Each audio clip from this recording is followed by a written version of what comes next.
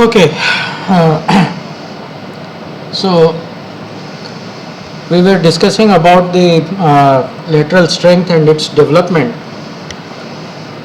So, integral part uh, for lateral resistance development is to present the unified uh, action of all structural elements whatsoever. So this is the fundamental principle irrespective of the structural, material for construction. This fundamental principle of trying of our endeavor to present a unified front to withstand earthquake effects in lateral direction is universal in nature, be it whether we are working, irrespective of whether we are working with reinforced concrete moment resistant frame or steel frame or even masonry structures, load bearing construction. So, and that is why there are some special precautions, special construction techniques, those are recommended for construction in masonry, construction of masonry buildings, and probably I will not devote time to discussion of masonry buildings. That's entirely different ball game. But those of you who are interested may now opt for elective course on masonry structures next semester. So, but this this principle of presenting a unified front is universal, and we try to make provision. We try to think of different ways in which this kind of all structural elements are brought together to withstand the forces in horizontal direction. So, by the way, do you understand the difference between load and force?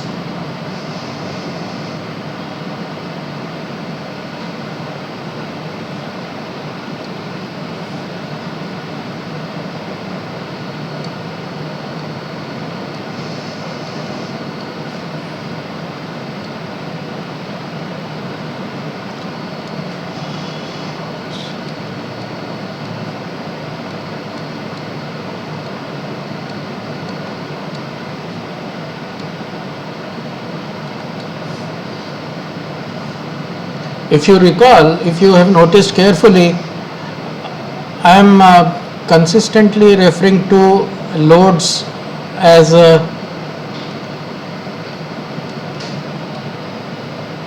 dead loads, live or imposed loads, right? And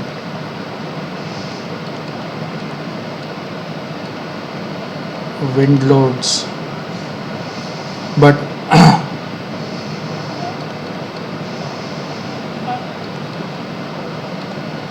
I would be referring to as earthquake forces. The correct term would be earthquake induced forces.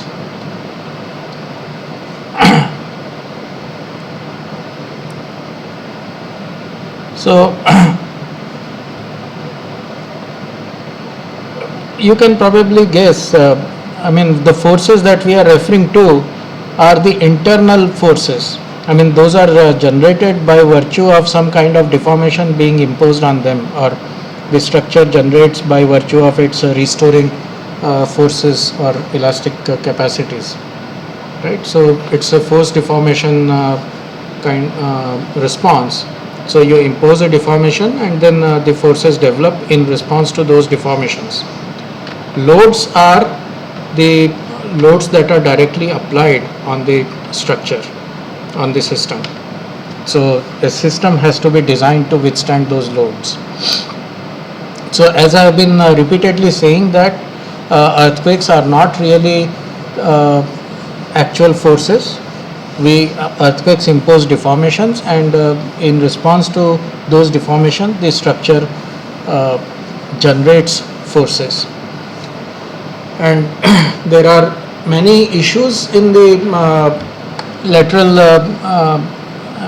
just because the deformations are in lateral direction, and this has to be withstood by vertical members deforming transfers to their axis. So they behave like flexural members in addition to compression members, and adequate care has to be taken.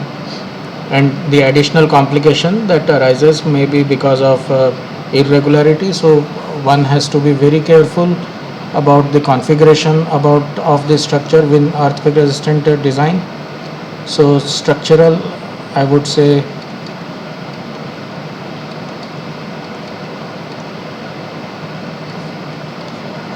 architectural forms,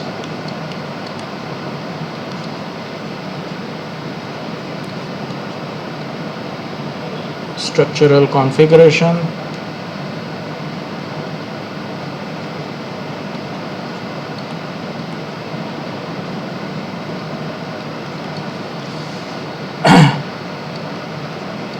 affect the seismic behavior.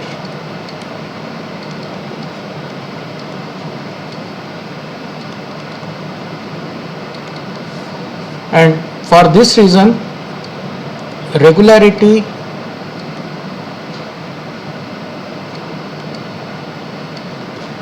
in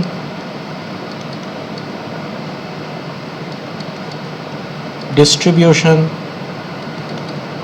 of mass and stiffness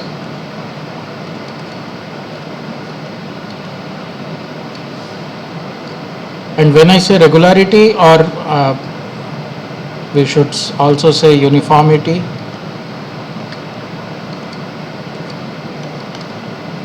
and this is important both in plan and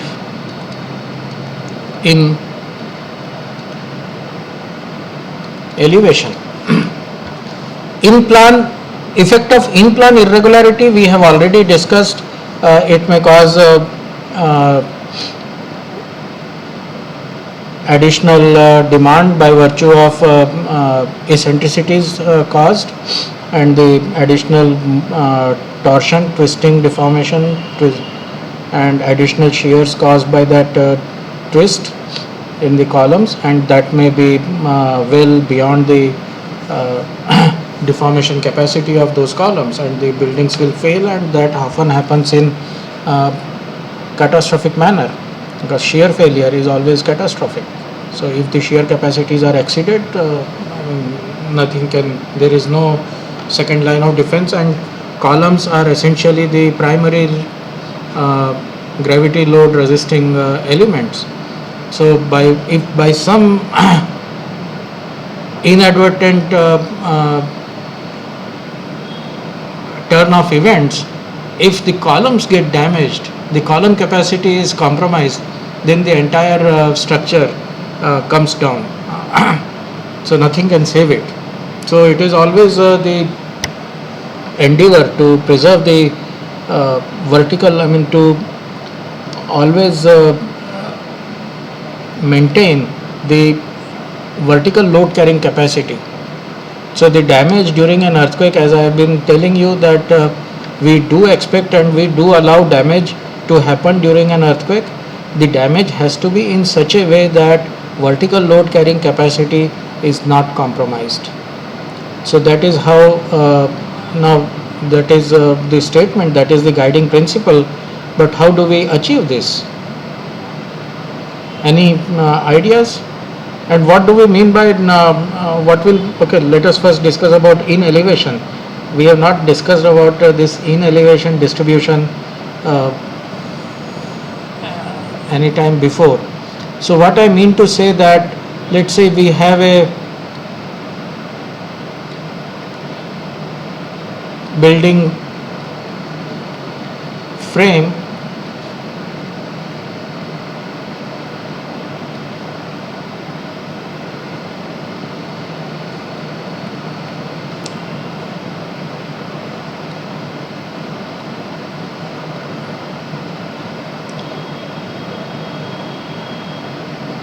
So let's say this is a shear wall. We have a shear wall at one periphery, and because of some functional requirement,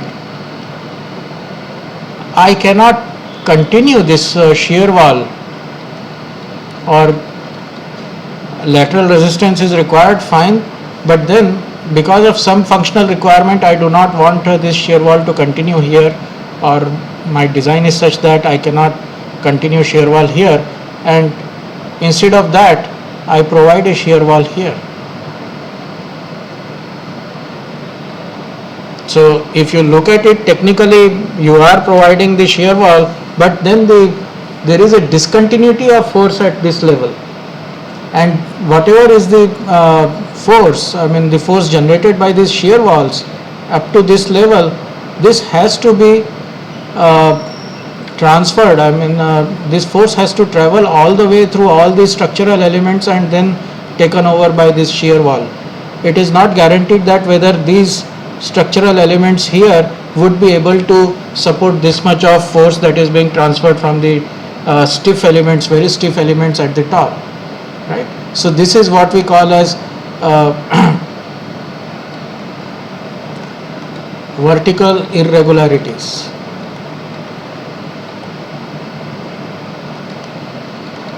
So this is irregularity in elevation, distribution of stiffness in elevation that is not uniform. So that is one example. Another example is maybe I can, somebody may think of very novel plan. I mean all that we need is some kind of large stiffness in lateral direction. So we may as well, okay, let's consider this is a raft and these are the floors.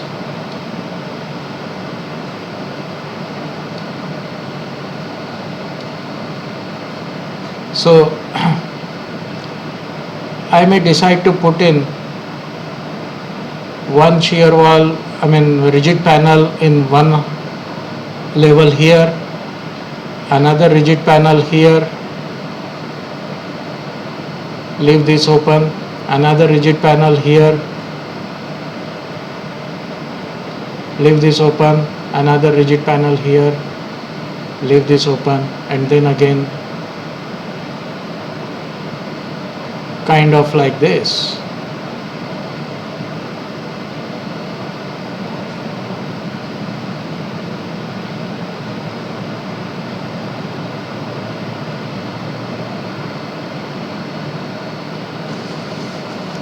Right? So this is also problematic, because all these junctions would be very severely influenced. I mean there would be very severe stress concentrations at these junctions, and this junction will probably not be able to sustain this transfer of loads, transfer of internal forces from these stiff elements to other elements. So these are problem areas. So such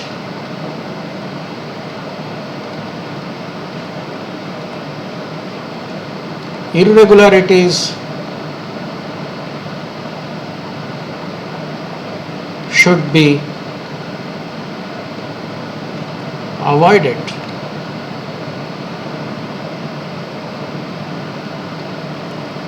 Right? It is always better that if I have to have, then I should have been probably talking about this entire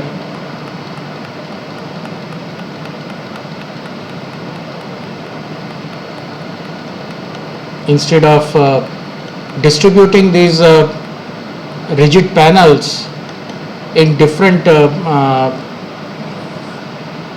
bays, I should probably be better off by having one vertical cantilever of a rigid wall, reinforced concrete wall, that will offer much more stability with respect to the lateral resistance. But of course this comes at a cost. I mean, if I do this, then it increases in-plan eccentricity, because this is situated at one corner and other corner will be probably left free. So if I cannot provide symmetric placement of these rigid walls, then this is going to cause in-plan eccentricity, and that has to be accounted for in your design calculations.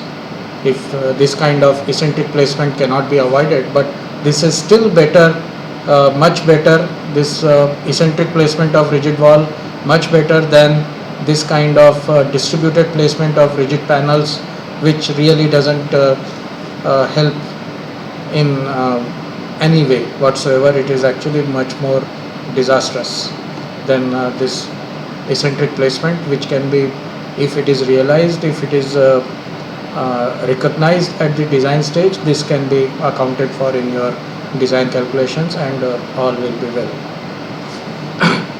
So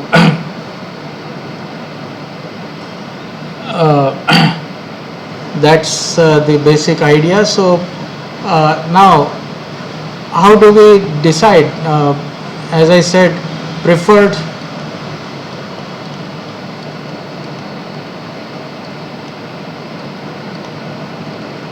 mode of damage is built into the structure, so that we know during an earthquake, we know which element would be allowed to get damaged, we would be allowed to sustain damage, plastic hinges will develop, and in such a way that energy gets dissipated in the process of these inelastic deformation. So how do we achieve that? I did talk about this thing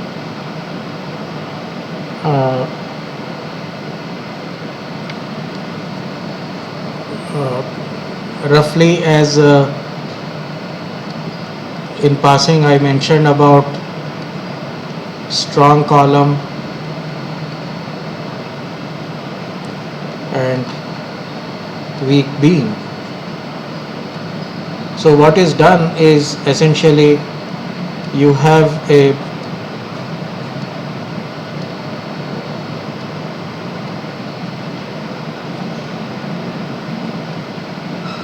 beam column junction, right? So this is column, this is column, this is beam, this is beam.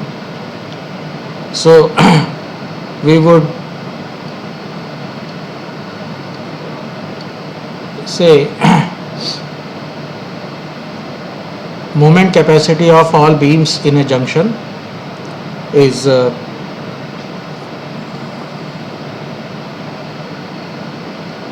less than the moment capacity of columns of the junction,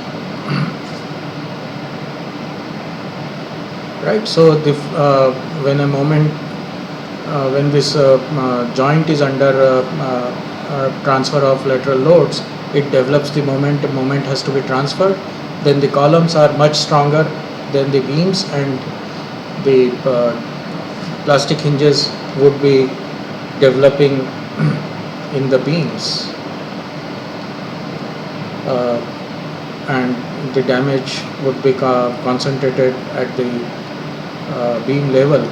But even when we do that, we have to ensure that this damage happens away from this beam column interface. Otherwise it will there is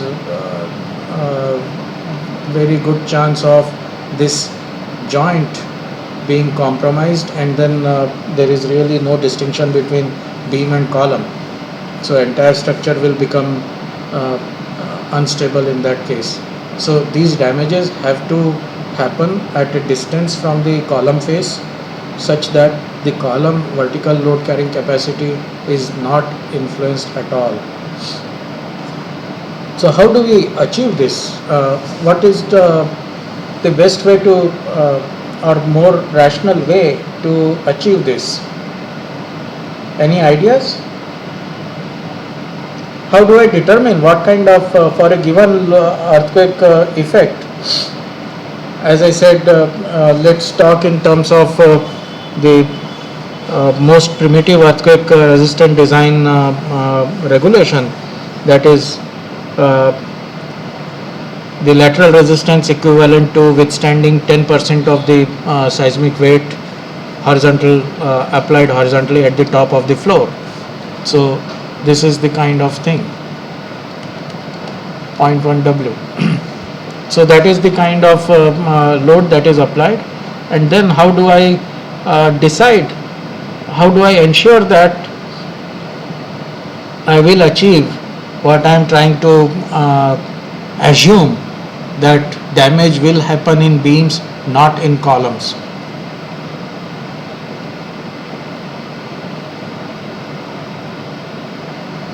Sir, as in steel, we did that. We removed some part of the section. In beam, we can build a tapered section, so that thickness depth is less near the part where we want the failure to occur.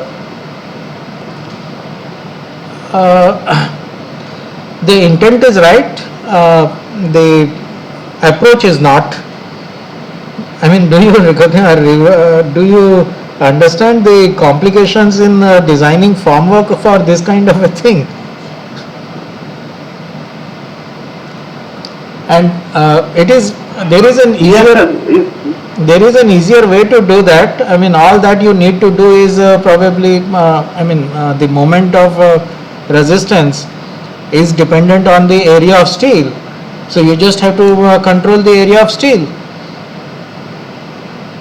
right? So all that you need to do is the moment of resistance of this section of the beam is less than the moment of resistance of columns, so that you would have this will ultimate state, limit state would be approached at beam sections much earlier than at the column. So it's all in the aspect of reinforcement detailing and amount of steel reinforcement that goes in, right? So that is the proper way to control, but I am trying to arrive at a different concept. What is the moment of resistance that I should have under lateral load? I mean, unless I need what is the demand, moment demand, I cannot really design a section, right? So if I have this vertical load, so let me just give you a quiz.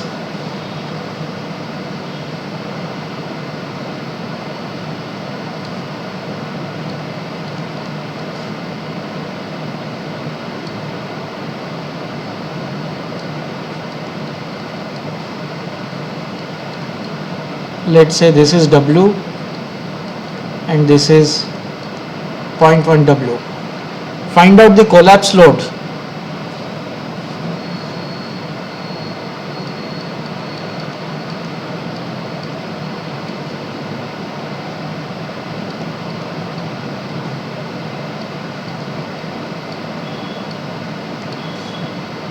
Right? So maybe you can assume some plastic moment capacities. So this is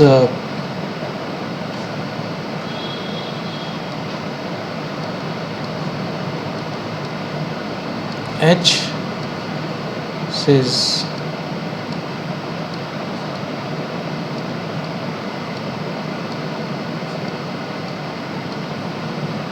L by 2, L by 2. So this is I would say MP,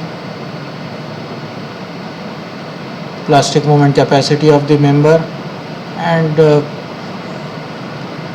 let's say this is MP for beam, and for columns it is I would say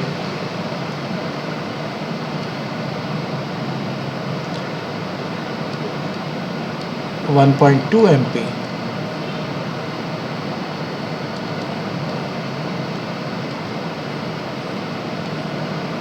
Right, so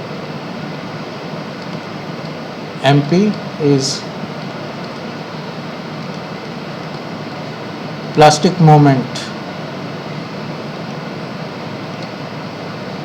capacity of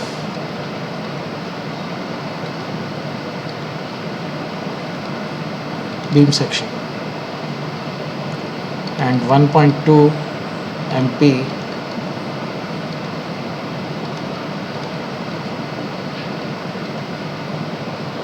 plastic moment capacity of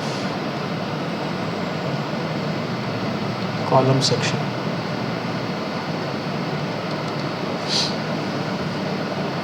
So find out the collapse load W. I'm sure all of you have done the plastic analysis. You are all familiar with plastic analysis?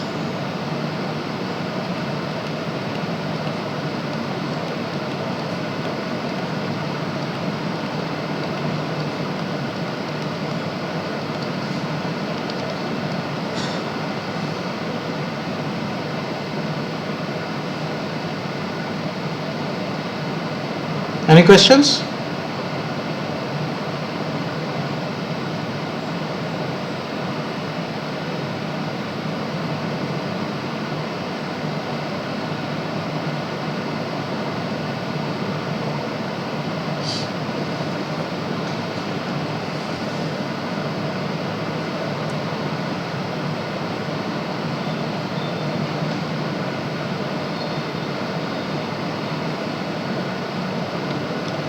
How do you perform the plastic analysis?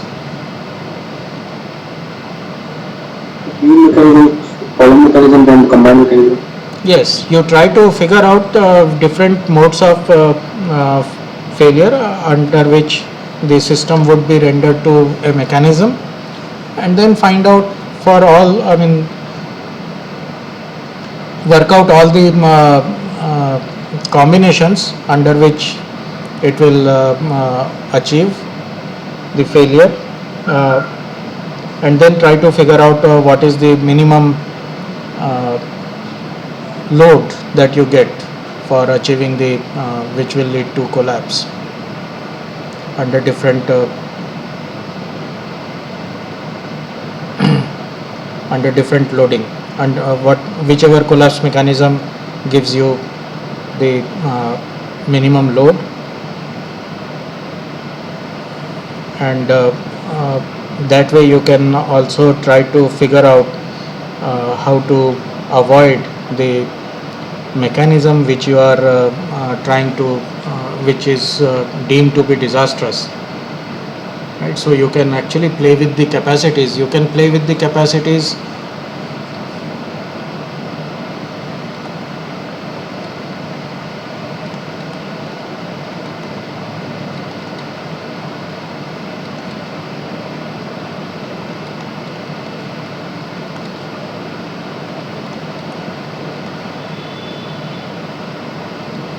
preferred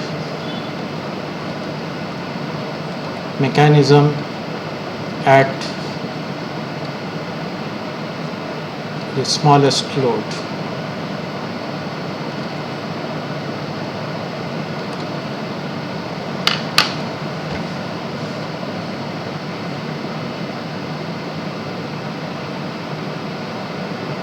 Right, so instead of 1.2, maybe it could be, I could have simply said, let's say beta times MP.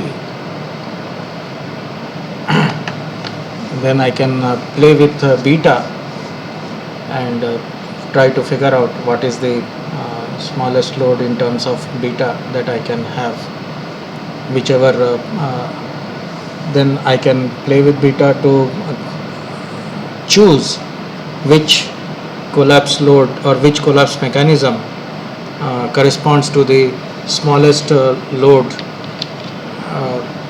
that I can prefer.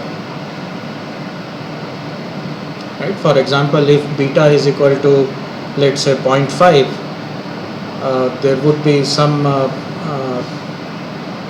mechanism which would be forming first, which would be developing first for one kind of collapse.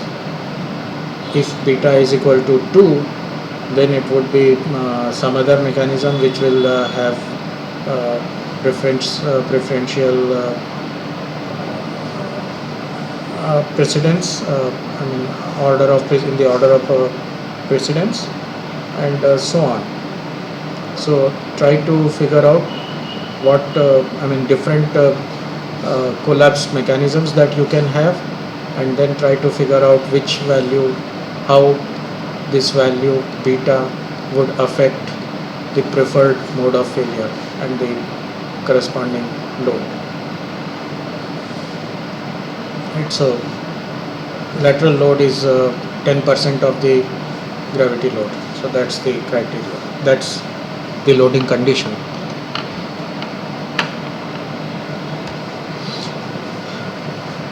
So Is there any relationship between L and H? So in case of 1.2 it is beta? yeah, instead of 1.2 it is beta. Now you have to work out what is beta, because 1.2 it's actually all given, there is nothing to play with, isn't it? Okay. So with different values of beta you can have different, you can trigger different modes of collapse. So 1.2 is the final answer that I wanted to arrive at, but nevertheless I want you to work it out. So you can consider H same as L to begin with. So I would rather H is same as L.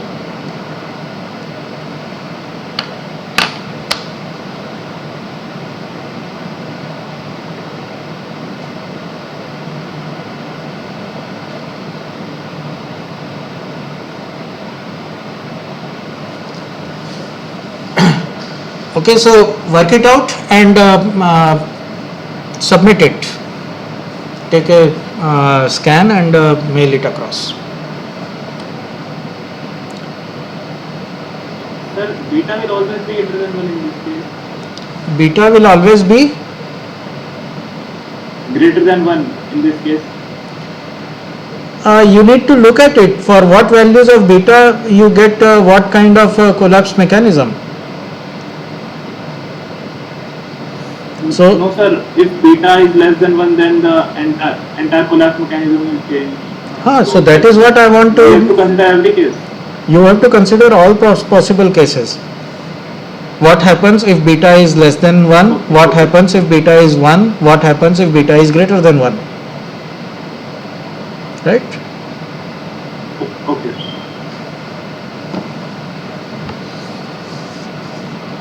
So, and how many of you have not submitted the tutorial? I mean the first one, problem state solution, response spectrum problem. Sir, we are still, can you have one more day, sir? Okay, so tomorrow is anyway holiday, so you have a long weekend. So I expect it by Monday. Is that fine? Yes, sir. Okay, so you can submit it by Monday.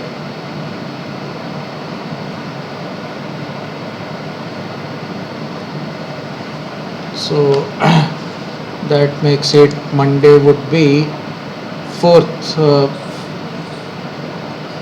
5th of October, right? Yes, sir. So, and Rais, I looked at your code very cursorily. I mean, you have not, I'm really surprised if you get anything at all. You are not following the matrix multiplication norms. When you multiply you always multiply a matrix with vector, not a vector with matrix. 2 by 2 matrix and 2 by 1 vector will be multiplied as matrix multiplied by vector. You cannot multiply a 2 by 1 vector to a 2 by 2 matrix, unless of course you make it a transpose, consider the transpose of it, but that's not the problem that you are dealing with. So have a look at that uh, code. I mean, I don't think it will, I mean, of course it goes beyond. Right now you are only stuck at the function versus script file difference. So look at the manual, how to write a function file and how to write a script file and how to load it, and that will solve your first stumbling block which you are stuck at. But beyond that you will again run into problem, because what you are doing is not consistent with matrix multiplication rules. So is rice here?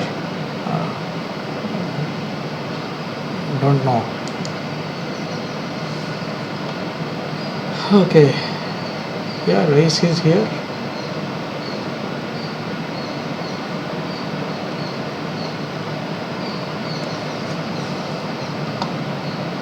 Okay, fine. I will stop. I will let you work with this plastic analysis problem. This is very critical. I mean, plastic analysis is a very handy tool for very quick back of the envelope calculations for determining the capacities. So you don't really need a very sophisticated computer to do a structural analysis. As long as you are only dealing with the limiting capacities, you can very well do with plastic analysis and get done with it very quickly without having to resort to very sophisticated structural analysis and modeling.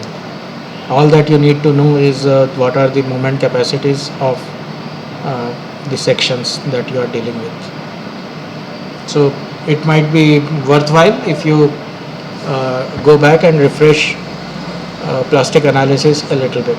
It will be immensely useful in this course. Yes? We have to send you the photos of by mail. Of this analysis? Yes, sir. Yes. Submit it by mail as a PDF document. As a PDF book. Yeah.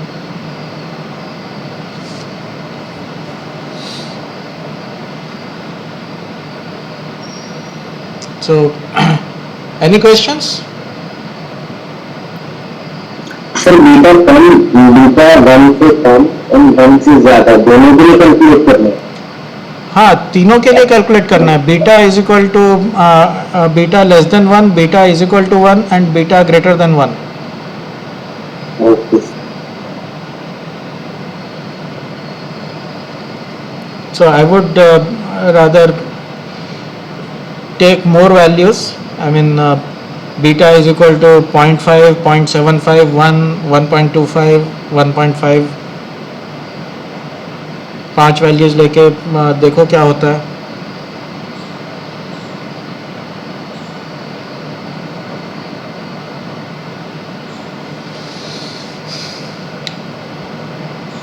Okay, so let's stop here for the day.